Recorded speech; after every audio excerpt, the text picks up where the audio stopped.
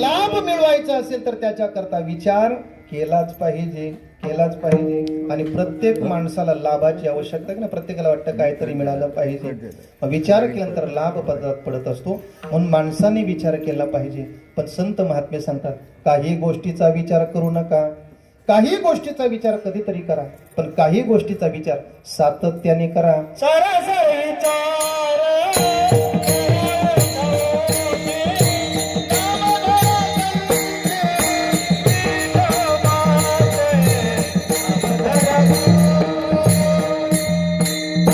काही गोष्टीचा विचार कधीच करू नका, संत महात्मे सांगतात. मग त्याच्यामध्ये कुठले महाराज सांगतात द्युतमच मांसमच मदिराच वेश्या. द्युत कर्म कधी खेळायचं नाही. द्युत म्हणजे द्युत कर्म म्हणजे म्हणजे म्हणजे द्युत कर्म म्हणजे जुगार. आपल्याकडे आपण पत्ता म्हणू, जुगार म्हणतात. तुमच्याकडे काय म्हणतात? बरोबर की?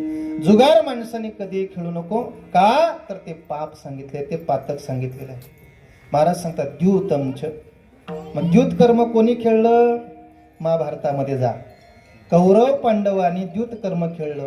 त्याचा परिणाम कौरवामधला एकही शिल्लक राहिला नाही, युद्ध झालं. त्याचं कारण आहे द्युत कर्म.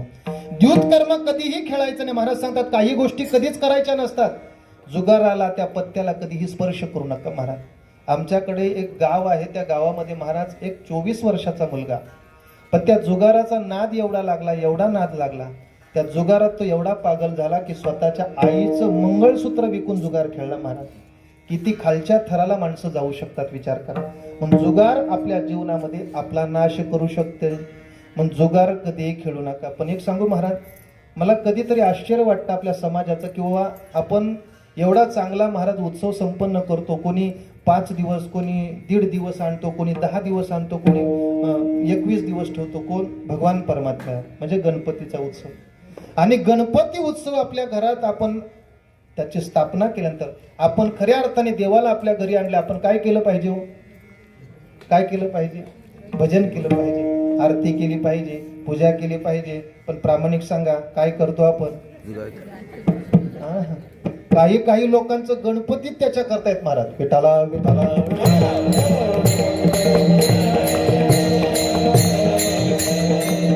मी एकाला विचारलं महाराज, आता कधी कधी आम्हा लोकांना सुद्धा काही लोकांचं गणपती बसवावे लागतात. आता ब्राह्मण मिळत नाही महाराज. मग आम्ही गणपती बसवायला गेल्यानंतर मग ते सगळं महाराज हा सगळा सामान आणला बरं का, हा सामान. मग आपण सगळं साहित्य पाहतो तर त्याच्यामध्ये 2 डझन कॅट वेगळेच असतात. मी त्याला विचारलं हा कुठल्या भटजीने तुला सामान दिला? म्हणजे काय नाही महाराज, टाइमपास करण्याकरता. काय करण्याकरता? हा मला सांगा, हा नरदेह मिळाला टाइमपास करण्याकरता? टाइमपास करण्याकरता नरदेह मिळालेला नाही, लक्षात घ्या. या देहाला आल्यानंतर टाइमपास करणं महाराज. जर या देहाला आल्यानंतर टाइमपास केला तर देव आपला कधी पास करेल टाइम सांगता येत नाही. विठाला विठाला.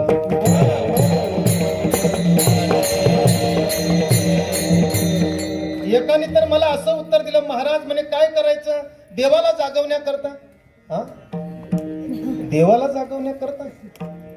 अरे त्याच्या गाडीचा धक्का आमच्या गाडीला लागतो तेव्हा आम्ही उठतो. त्याला जागवण्याची गरज नाही, तो जागाच आहे. झोप आम्हाला लागते, लक्षात घ्या. तो आम्हाला उठवतो महाराज, त्याला काय आपण उठवणार? लक्षात घ्या. मग द्युत कर्म कधी खेळायचं नाही. द्युतमच मांसमच. तुम्ही म्हणाल महाराज आता समुद्राच्या किनारी राहतो आणि तुम्ही सांगाल मांसाहार करू नका, या आम्हाला पटणार नाही. मांस का खाऊ नये त्याची कारण सांगितले बरं का. आता तुम्ही करा अथवा नका करा तो तुमचा भाग आहे, पण सांगून जातो शास्त्रामध्ये जे सांगितले. मांसाहार का करायचं नाही तर एखाद्या जीवाला मारल्याशिवाय मांस तयार होत नाही, लक्षात घ्या. एखाद्या जीवाची हत्या केल्याशिवाय मांस तयार होत नाही. आणि जर त्याला मारून जर त्याला आपण खात असेल तर तो आम्हाला आशीर्वाद देतो. मांस खाता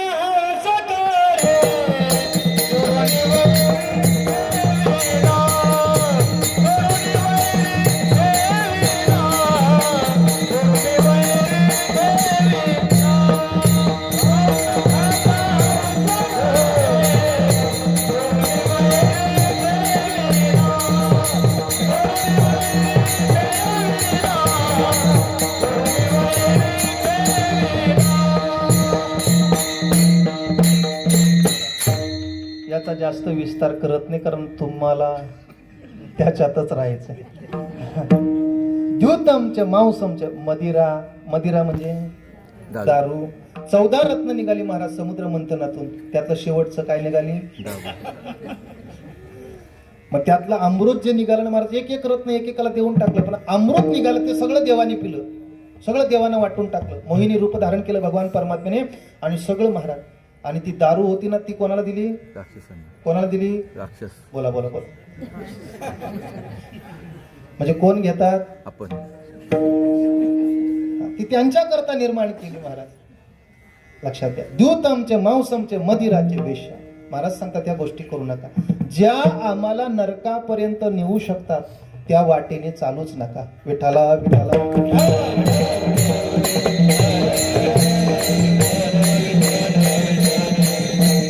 तुकाराम महाराजांचं एक प्रमाण सांगतो, करन येते हेच करा, नरका घोरा का. आपण असं काहीतरी कर्म केलं पाहिजे की ते कर्म केल्यानंतर आम्हाला नरकाची प्राप्ती होऊ नये, आम्हाला चांगलं स्थान मिळलं पाहिजे, याच्या करता चांगले प्रयत्न करा. चला, मला सांगायचं तात्पर्य एवढंच आहे, काही गोष्टीचा विचार करू नका, त्याच्यामध्ये मी तुम्हाला सगळे सांगितले. दुसरी गोष्ट आहे, महाराज सांगतात काही गोष्टीचा विचार केला पाहिजे. अन्न वस्त्र निवारा, माणसाच्या ह्या मूलभूत गरजा आहेत आणि त्या मिळवण्याकरता माणसाने प्रयत्न केला पाहिजे. बरोबर की दादा? अन्न वस्त्र निवारा माणसाच्या ह्या 3 मूलभूत गरजा आहेत. एकाने पठ्याने मला कीर्तनातून सांगितलं, महाराज आताच्या काळामध्ये तुम्ही काय म्हणता 3 मूलभूत गरजा, आणखीन एक गरज आहे 4थी. म्हटलं आतापर्यंत पुस्तकात मी 3च वाचत आलो, अन्न वस्त्र निवारा. त्यांनी सांगितलं, महाराज अन्न वस्त्र निवारा आणि आताच्या काळामध्ये एक मोबाईल पण धरा. एक वेळ 4 दिवस अन्न नाही भेटत तर माणूस गप्प बसेल, पण मोबाईल 1 सेकंद नाही.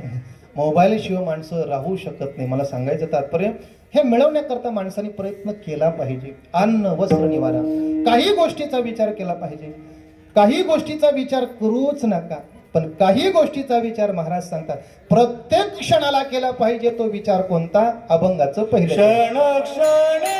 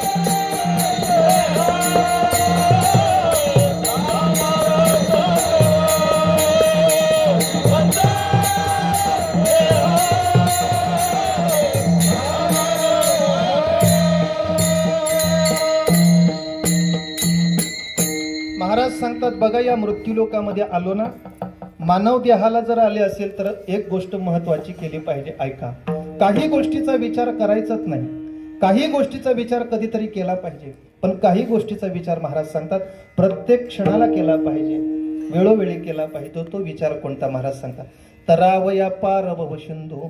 विचार केल्याशिवाय कुठलीच गोष्ट आपण आपल्या जीवनामध्ये करायची नाही. विचार करण्याकरताच आपलं जीवन आहे. मग आपल्याला बोलायचं असेल तरी पण माणसांनी बोलण्यापूर्वी काय केला पाहिजे, बोलत चला. काय केलं पाहिजे, विचार केला पाहिजे. तुम्हाला बोलायचं आहे ना, मग बोलायच्या अगोदर माणसांनी विचार करा. 4 वेळा महाराज, 4 वेळा विचार करा आणि मग बोला. आपल्याकडे पूर्वी सुविचार लिहिला जायचा, काय, बोलून विचार करण्यापेक्षा विचार करून बोलावी. माणसं काही भराभर बोलून जातात आणि मग एकांतात बसल्यानंतर विचार करतात, अरे एवढं बोलून गेलो पण त्याला राग तर आला नसेल ना, मग अगोदर विचार करायला पाहिजे होता. बोलायच्या अगोदर विचार करा, चालायच्या अगोदर विचार करा. ज्या रस्त्याने मी चाललोय, ज्या वाटेने मी चाललोय, ती वाट चांगल्या पद्धतीने आहे का, नीट आहे का, ती आपल्याला जिथं जायचंय तिथं ती पोहोचवेल का, ती चांगली आहे का, ती बरवी आहे का, याचा विचार केला पाहिजे. ती काट्याची तर नाही ना, ती दगडाची तर नाही ना, ती वळणाची तर नाही ना. महाराज सांगतात चांगल्या वाटेने जाण्याकरता विचार करा.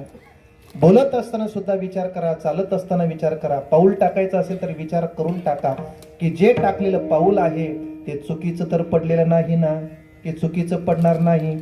आज बऱ्याच लोकांची पावलं घसरतात, त्याला कारण विचार नाही. विठाला विठाला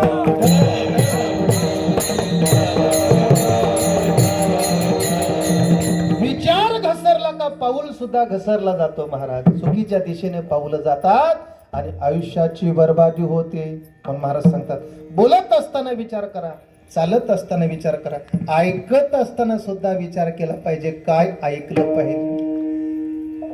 रामराज्य चांगलं चाललं होतं महाराज, चांगलं चाललं होतं. कैकेयीचं प्रेम सुद्धा रामावर खूप होतं, पण घरामध्ये मंथरा होती आणि मंथरेचं ऐकलं. परिणाम सगळ्या अयोध्येला दुःख भोगावं लागलं महाराज. कोणाचं ऐकायचं, काय ऐकायचं हे सुद्धा महाराज सांगतात. तुम्ही ऐका रे कान माझ्या विठोबाचे. जिथं हरीची कथा असेल, जिथं परमात्म्याचं गुणगान चालू असेल, आपण ती कथा, तो कीर्तन, ते प्रवचन, तो सत्संग या कानाने श्रवण केला पाहिजे. बरोबर की नाही. आता मी तुम्हाला विचारतो, तुम्ही कीर्तन जेवढं एकाग्रताने ऐकतात तेवढंच का भांडण एकाग्रताने ऐकतात? खरं सांगा. एखादा माणूस जर त्या आळीला शिव्या देत असेल ना, इकडं टक लावून महाराज कान ऐकतात. मग इकडं विंचू चावला तर त्याच्या वेदना नाही, पण ते कनेक्शन तुटता का म्हणे महाराज. म्हणजे तिकडं एवढी तत्पर लोक असतात महाराज. काय ऐकलं पाहिजे हे सुद्धा कळलं पाहिजे. आज माणसाचं ऐकणं चुकलं, पाहणं चुकलं, बोलणं चुकलं, चालणं चुकलं. त्याच्या पाठीमागचा फक्त विचाराचा अभाव. विठाला विठाला.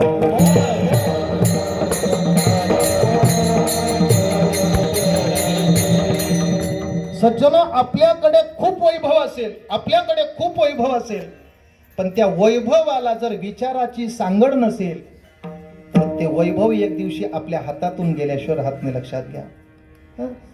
संपत्ती बरोबर वैभव, विचार, या दोन गोष्टी जिथं एकत्र येतात महाराज, तिथं ती लक्ष्मी टिकली जाते. पण तुमच्याकडे संपत्ती आहे आणि तुमच्याकडे विचार नसेल तर महाराज ती टिकत नाही. लक्षात घ्या. म्हणून विचार करा. आणखी एक गोष्ट सांगतो महाराज. विचार, बोलणं चुकलं तर काय काय घडलं ऐका. बोलणं चुकलं, बोलणं घसरलं, महाभारत बाबा घडलं. बोलणं चुकलं, रामायण घडलं. तुम्हाला प्रसंग माहित आहे? जेव्हा दुर्योधन मय सभा पाहण्याकरता, मय दानवाने निर्माण केली ती सभा होती महाराज. तो महल होता. म्हणजे जिथं चालत असताना आपल्याला वाटतं इथं जमीन आहे, पण तिथं जमीन नसून तिथं पाणी असायचं. आणि आपल्याला वाटेल आता इथं पाणी आहे पण तिथं जमीन असायची. आता इथं वाटतं भिंत आहे पण तिथं भिंत नाही, दरवाजे असायचे. महाराज त्या मय सभेमध्ये, ती मय सभा पाहण्याकरता दुर्योधन आला. आणि दुर्योधनाने काय केलं, त्याला वाटलं इथं पाणी आहे म्हणून धोतर उचललं. एका दासीने पाहिलं वरून आणि सांगितलं, राजा अरे धोतर कशाला उचललंय, ते पाणी नाही ती जमीन आहे. दुर्योधनाने तिच्याकडे पाहिलं, सांगितलं, का ग तुला काय मोतीबिंदू झालाय का? अगं इथं पाणी आहे ना. म्हणे राजा ते पाणी नाही, हे तर त्या मय दानवाचं कौशल्य ना. आणि त्यांनी पाऊल टाकल्यानंतर खरोखर महाराज तिथं पाणी नव्हतं, तिथं जमीन होती. आणि पुढे गेल्यानंतर महाराज त्या ठिकाणी त्याला जमीन वाटायला लागली. मग असा मोकळा चालू लागला आणि मोकळा चालला महाराज. राणी त्या दासीने सांगितलं राजा धोतर वर कर. खरं महाराज त्यांनी धोतर वर केलं आणि पाऊल टाकलं तर तिथं काय होतं, पाणी. पुढे चालता चालता चालता चालता त्याला वाटलं इथून दरवाजा आहे, बाहेर पडता येईल. महाराज त्या दरवाजामध्ये ताट माने निघाला. इथं डोक्यावर फटका बसला, तिथं भिंत होती. वरून द्रौपदी पाहत होती आणि द्रौपदीने सांगितली आंधळ्याची पोरं. बोलणं चुकलं महाराज, एका शब्दात घोटाळा झाला आणि मग तिथून पुढे महाभारत घडलं. कशाने कशाने? बोलण्याने. म्हणून जपून बोललं पाहिजे. एक सांगू, एक वाक्य बोलतो बरं का. जिभेला झालेली जखम लवकर बरी होते महाराज. जिभेला झालेली जखम लवकर बरी होते, पण जिभेने केलेली जखम लवकर बरी होत नाही. विठाला विठाला.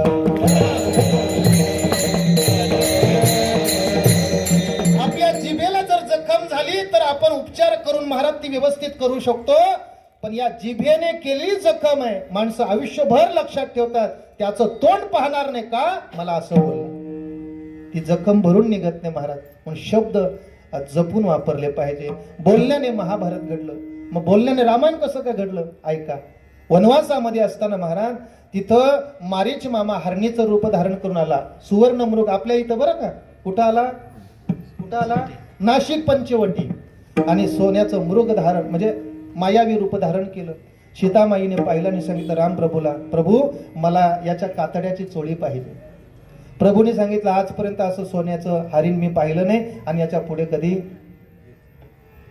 पण ऐकलं नाही महाराज. रामाच्या जवळ होती पण सोन्याचा मोह निर्माण झाला. रामप्रभू तिच्या पाठीमागे पडू लागले बाण घेऊन. प्रभूने बाण मारला, पण बाण मारल्यानंतर मारीच मरता मरता एक आवाज देतो, लक्ष्मणा धाव. कानावर हात गेल्यानंतर सीतामाईला वाटलं माझे मालक माझे प्रभू संकटात आहेत. लक्ष्मण भाईला सांगितलं भाऊजी माझे मालक संकटात आहे, जा त्यांना सोडवा. लक्ष्मण भैयाने सांगितलं माझ्या दादाच्या नावाने संकट दूर जातात वहिनी, त्याला संकट काय करणार. पण तरी सुद्धा महाराज सीतामय्या ऐकत नाही. लक्ष्मण तिथं जात नाही म्हणून सीतामय्याच्या मुखातून शब्द निघाला, भाऊजी मला माहित आहे तुम्ही का जात नाही. बोलणं चुकलं. रामायण घडलं. 6 महिने सीतामय्याला लंकेत राहावं लागलं. म्हणून बोलणं चांगलं असावं. मधुर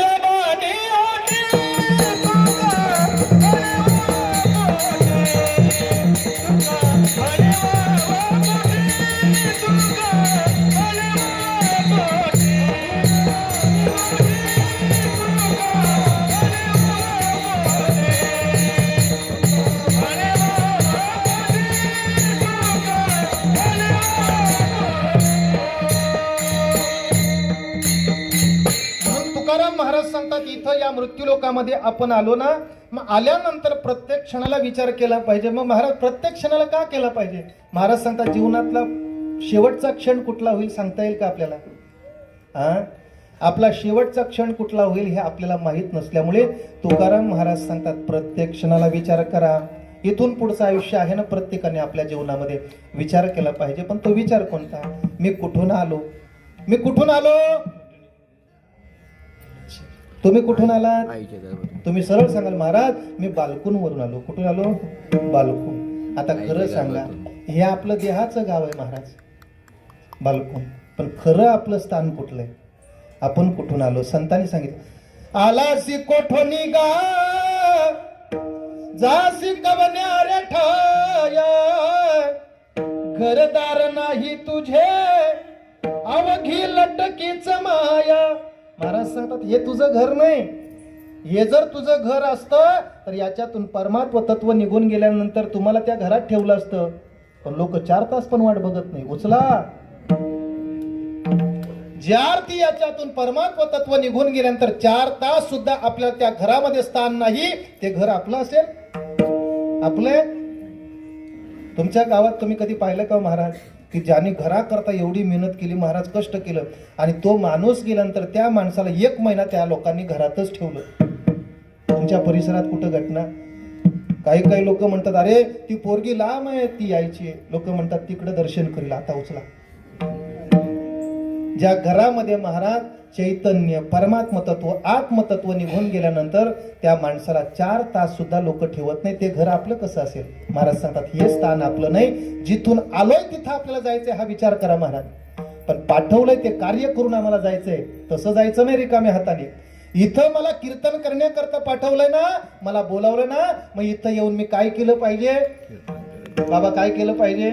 कीर्तन केलं पाहिजे. पण मी तुम्हाला सांगितलं असतं जरा जवळच राई गाव आहे, जवळच मोरवा गाव आहे, जरा फिरून येतो, मग 2 वाजता इथं येतो. तुम्ही म्हणाल महाराज तिकडच घरी जा. अरे ज्याच्या करता आलो ते कार्य केलं पाहिजे. महाराज सांगतात विचार करावा, कुठून आलो कुठं जायचं विचार केला पाहिजे प्रत्येक माणसाने. आणि इथं आल्यानंतर काय केलं पाहिजे? महाराज सांगतात तरावया पार भव सिंधू. हा, आता सिंधू तुमच्या जवळच आहे, म्हणजे सागर जवळ आहे. भवनाम संसार, सिंधू म्हणजे सागर. संसार सागराच्या पलीकडे आम्हाला जायचंय महाराज. आणि संसार सागराच्या पलीकडे फक्त माणूस जाऊ शकतो, तरू शकतो. पशु पक्षाला त्याचं ज्ञान नाही, माणूसच तरू शकतो. म्हणून तुकोबारे सांगतात हे प्रयत्न तुला करायचे, या भवसागराच्या पलीकडे जाण्याचं प्रयत्न तुला करायचे. आता आपलं आयुष्य त्याच्यात चाललंय महाराज, आपण समुद्रात फिरणारी माणसं आहोत. मग भवसागर तरायचा असेल तर आपण नावेचा आश्रय करतो ना, तसं हा संसार सागर तरायचा असेल तर विचाराचा आश्रय केला पाहिजे. विठाला विठाला.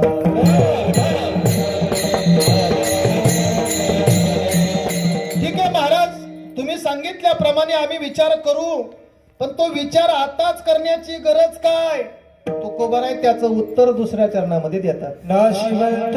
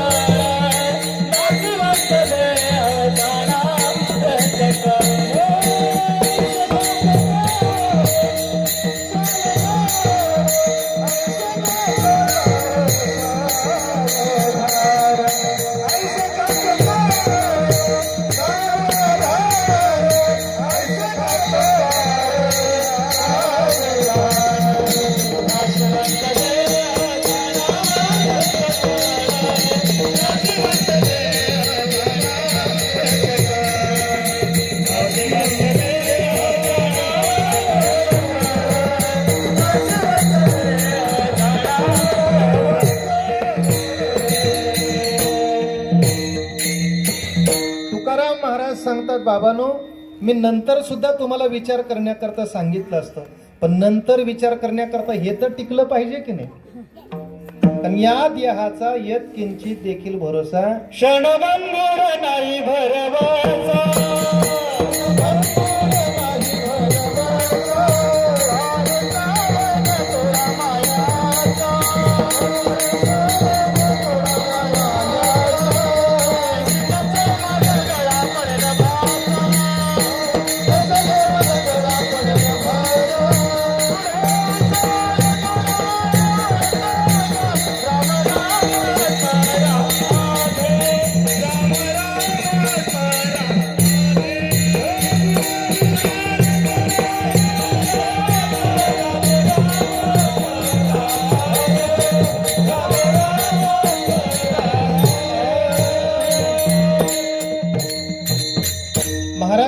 भूतकाळात नंतर विचार करण्याकरता हे आपल्या ताब्यात नाही ना, हे कधी जाईल हे सांगता येत नाही.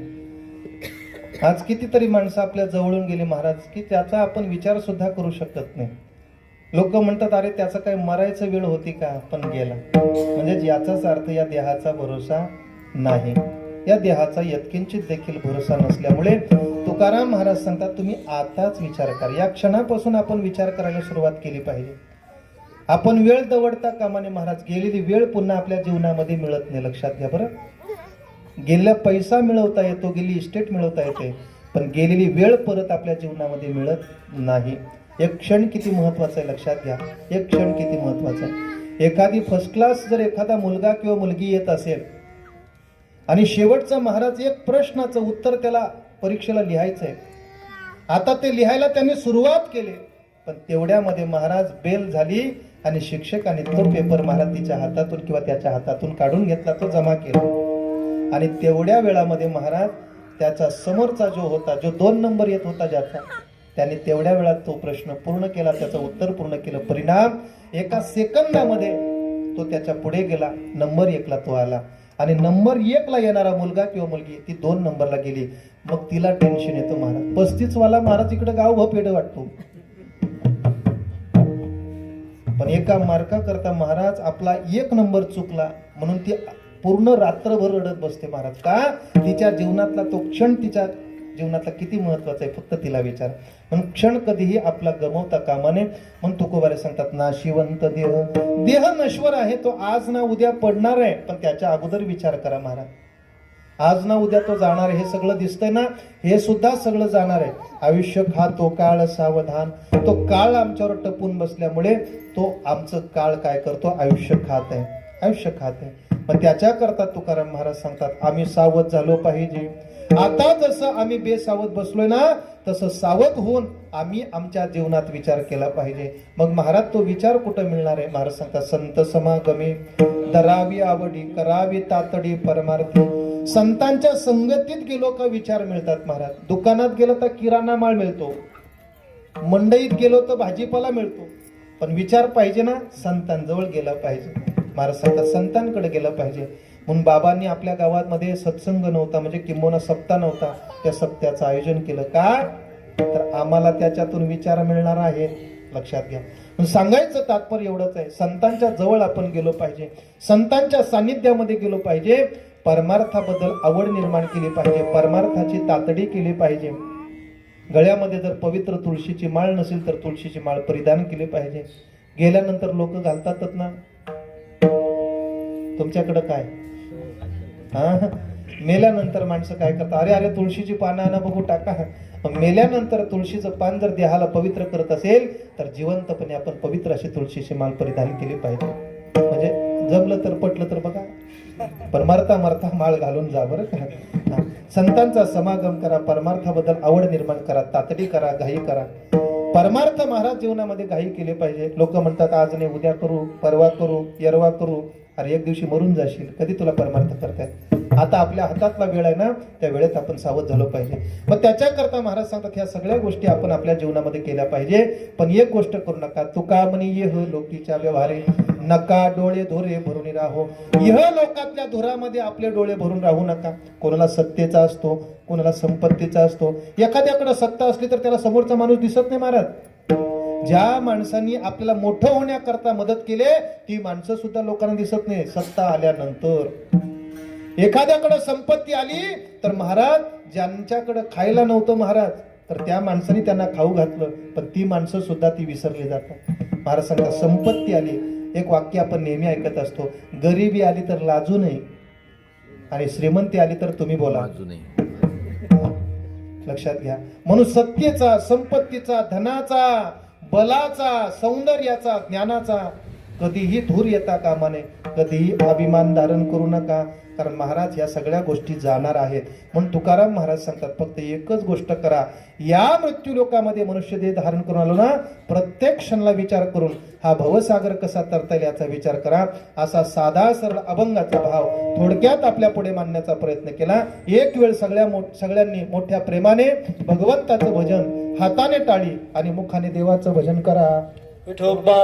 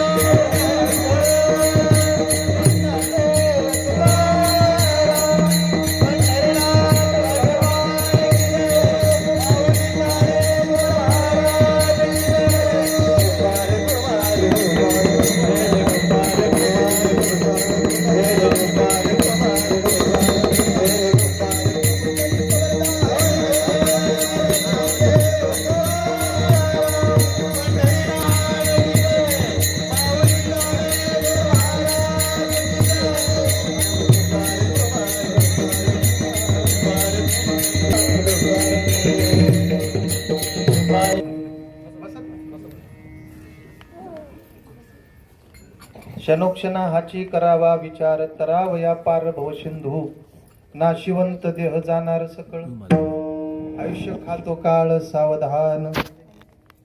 चार चरणाचा थोडक्यात भाव आपल्या पुढे मांडण्याचा प्रयत्न केला. ज्या निमित्तानं सेवा आहे त्यांच्याबद्दल 1-2-4 मिनिटं बोलतो आणि थांबतो.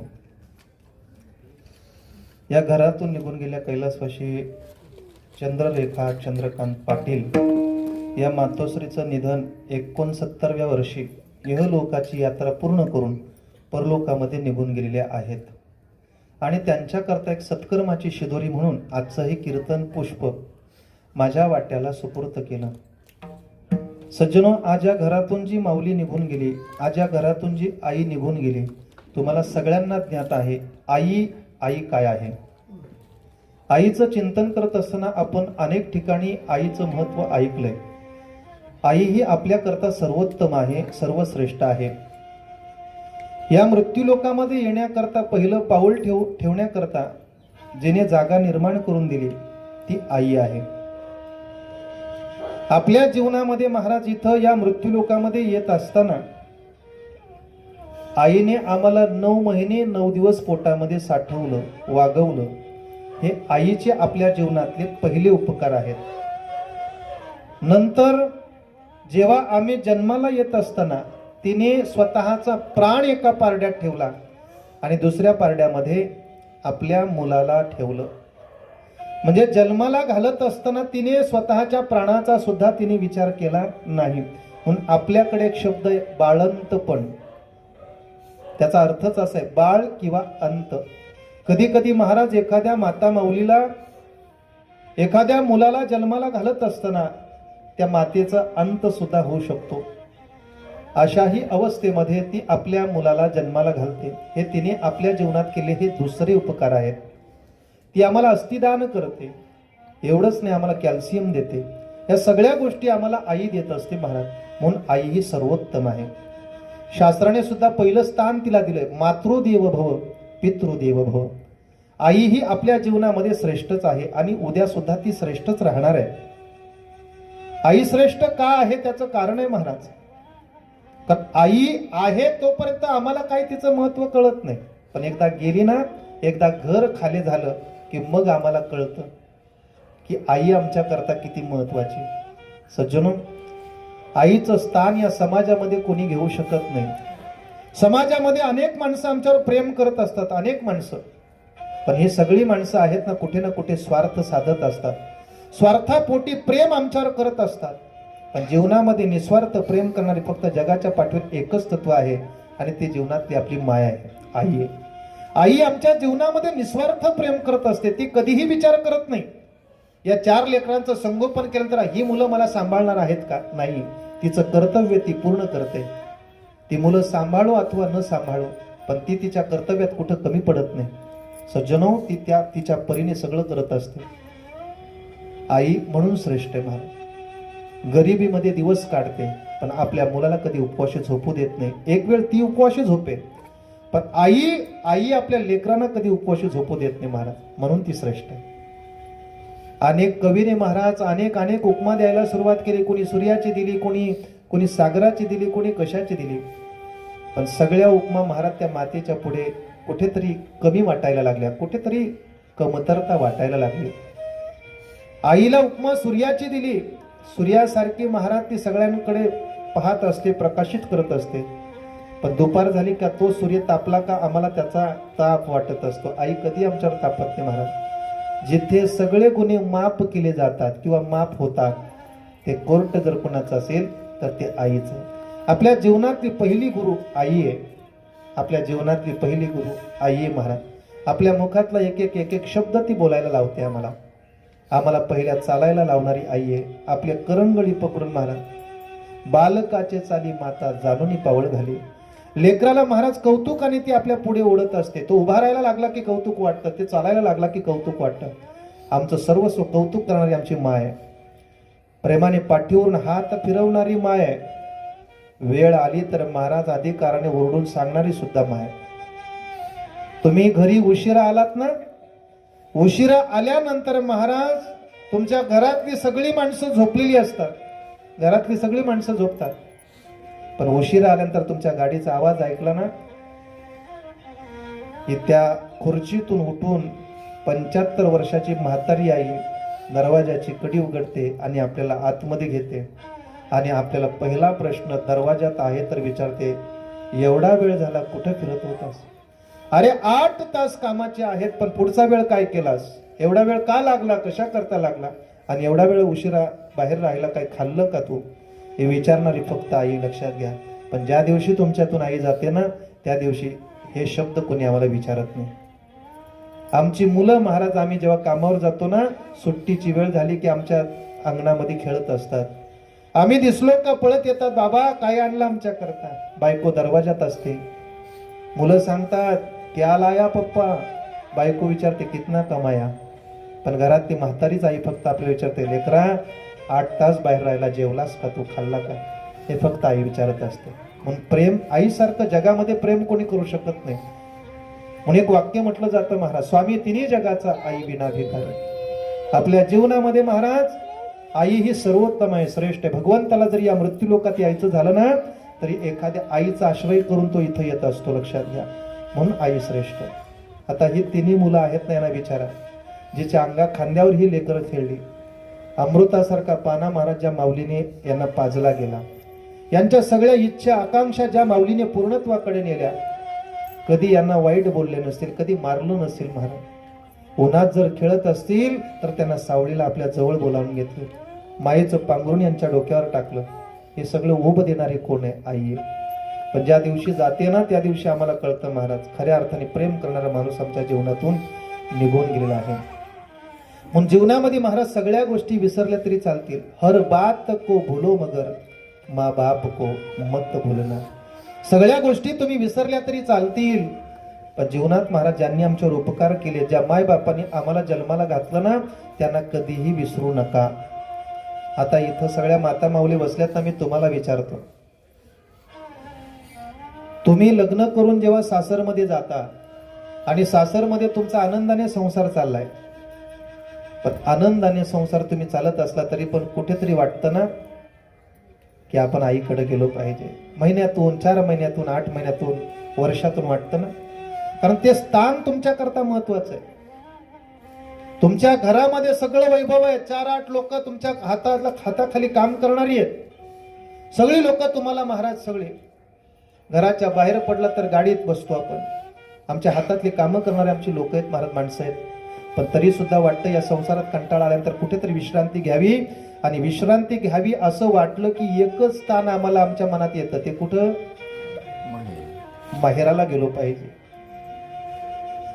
सासर श्रीमंत आहे आणि माहेर गरीब आहे, आईकडे खायची पंचायत आहे, पण गरीब श्रीमंत मुलगी सुद्धा महाराज आपली बॅग उचलते, आईकडे जाते. तिला माहित आहे माझी गरीब आहे असेल, तिथं खायला कमी असेल पण प्रेमाला कमी नाही, तिथं प्रेमाला कमी नाही. म्हणून श्रीमंत मुलगी गरीब आईच्या घरी जाते ना, तिला कळतं ना, तेव्हा महाराज ती म्हातारी आई आपल्या लेकी करता नको त्या गोष्टी करत असते. महाराज दुसऱ्याच्या शेतात कष्ट करते, मोलमजुरी करते, 4 दिवस आनंदाने आपल्या मुलीचे घालवते Maharaj.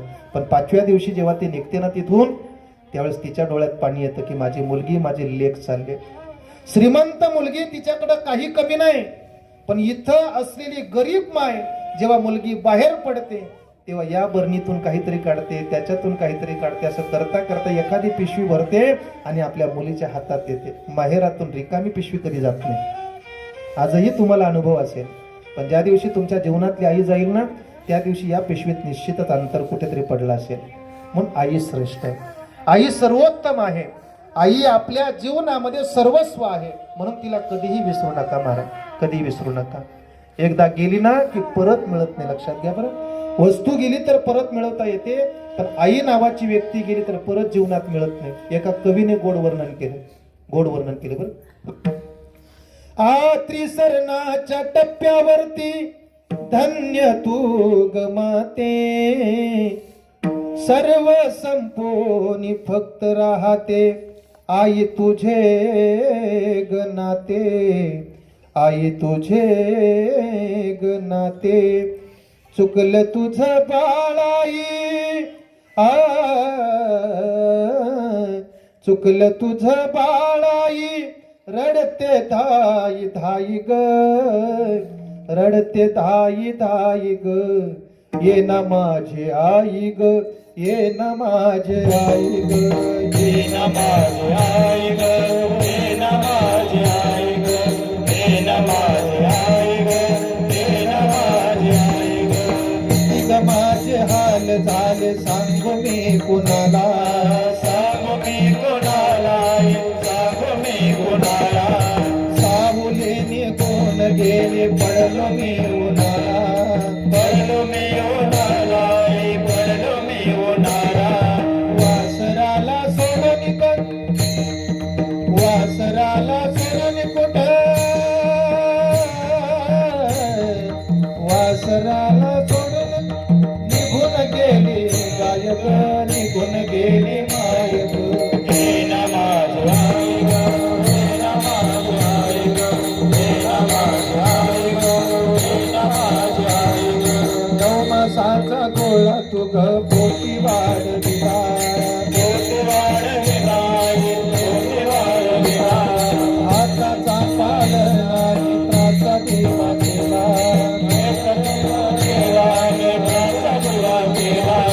I win Maya, I win माया साऱ्या जगामध्ये नाही र, विश्वामध्ये नाही र. हे ना माझे आई ग, हे ना माझे आई ग, हे ना माझे आई ग, हे ना माझे आई ग. 11 दिवसाचा काळ झालेला आहे, आईला जाऊन फक्त 11 दिवस झाले महाराज. घरातली प्रत्येक वस्तू काहीतरी आम्हाला खुणावते. आज वस्तू जिथल्या तिथं राहिल्या पण जीवनात महाराज आम्हाला ज्यांनी प्रेम केलं ती आई मात्र आम्हाला सगळ्यांना सोडून गेली. जिचा अंगा खांद्यावर ही लेकरं लहानाची मोठी झाली, कुठल्याही गोष्टीची काही कमतरता ज्या माऊलीने कधी कमी पडू दिली नाही. आपलं जीवन आहे, आयुष्य आहे, तोपर्यंत या परिवाराकरता जगत राहिली. जोपर्यंत श्वास आहे तोपर्यंत या मुलांकरता महाराज तो समर्पण केला. आता मुलांना सुद्धा वाटतं महाराज आई 11 दिवस तुला जाऊन झाले, फक्त एवढीच इच्छा आहे, 11 दिवसात तुझा चेहरा आम्हाला दिसला नाही, फक्त आमची एवढीच इच्छा आहे, एकदा फक्त एकदाच एक आई तुझ्या बाळासाठी, तुझ्या बाळासाठी आई तुझ्या बाळासाठी, तरसून मी गेलो तुझं रूप पाहण्यासाठी, रूप पाहण्यासाठी आई रूप पाहण्यासाठी, चंदन तो बाळ तुझ्या, चंदन तो बाळ तुझ्या अंतरात राही ग, हृदयात राही ग.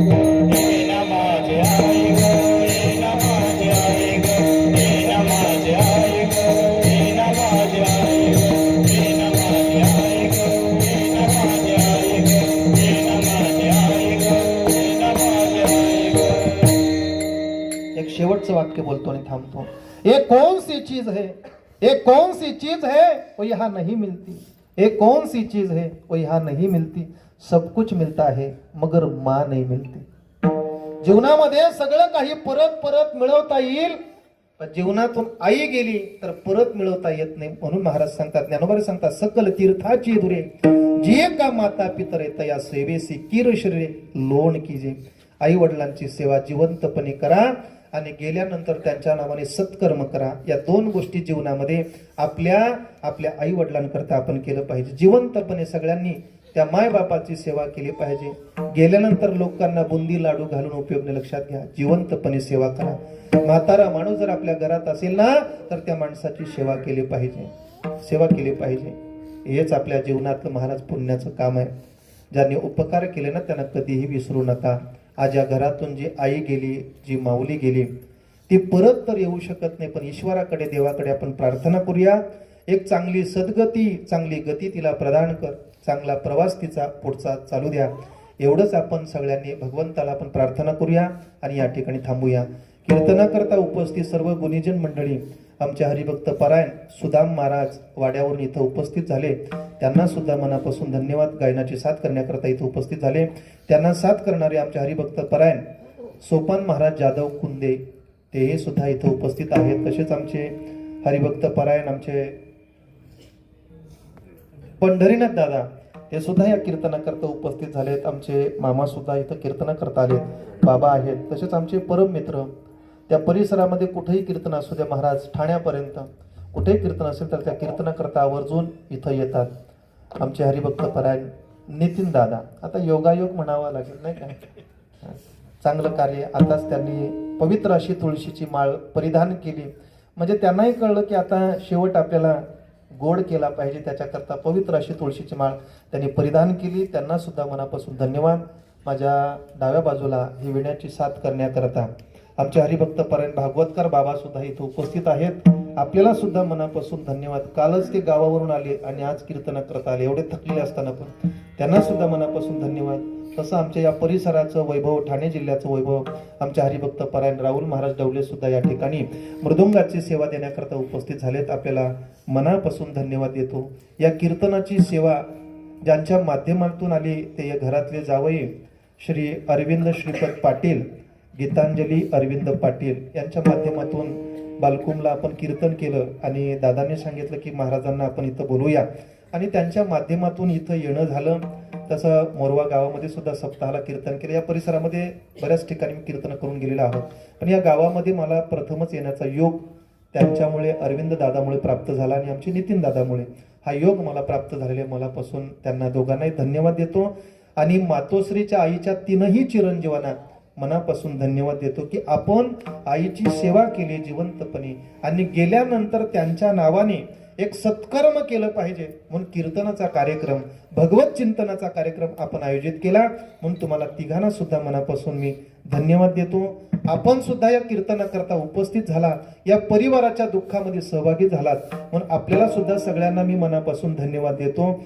आता हे कीर्तन पुन्हा जर तुम्हाला ऐकायचं असेल तर त्याच्याकरताही तुम्ही व्यवस्था केली, म्हणजे हे तुम्ही उद्याही ऐकू शकता. म्हणजे ही व्यवस्था करणारे आमचे दादा, आपल्याला सुद्धा मनापासून धन्यवाद देतो. फक्त एखादी पिन ठेवायची, म्हणजे डायरेक्ट कनेक्ट होऊन तो आवाज क्लिअर तुम्हाला येऊ शकतो. हा, म्हणून तुम्हाला सुद्धा मनापासून मी धन्यवाद देतो. आधी करून सगळ्यांनाच मनापासून धन्यवाद. आणि विशेष कौतुक म्हणजे आम्ही इथं आल्यानंतर आता विचार पडेल मला, कारण जास्त करून उपवास तापवास आता हे काय आपल्याला माहित नाही इकडे, बरोबर आहे की नाही, कसं काय. पण दादांना बोललो मी की आपल्याला जेवणार कोणी नाही, एकादशी असल्यामुळे फराळाची व्यवस्था करा. पण अशी गोड व्यवस्था करणारे आमचे दादा कुठे गेले, ते काय नाव त्यांचं, हा, खूप मनापासून धन्यवाद देतो बरं का. म्हणजे फराळ केला म्हणून धन्यवाद नाही देत, त्यांच्यातली नम्रता मी पाहिली म्हणून त्यांना धन्यवाद देतो. आज एवढं सगळं असताना महाराज नम्रता हा गुण जास्त आपल्याला पाहायला मिळत नाही, पण तो त्यांच्याकडे मला पाहायला मिळाला.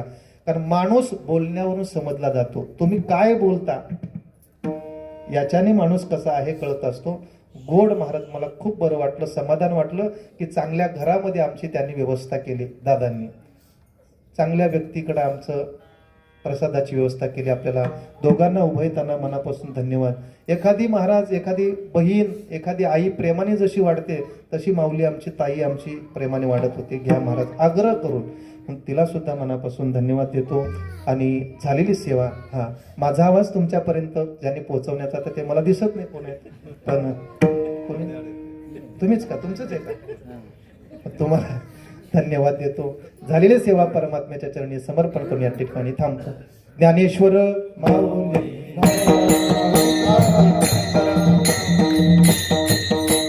जय विठ्ठल.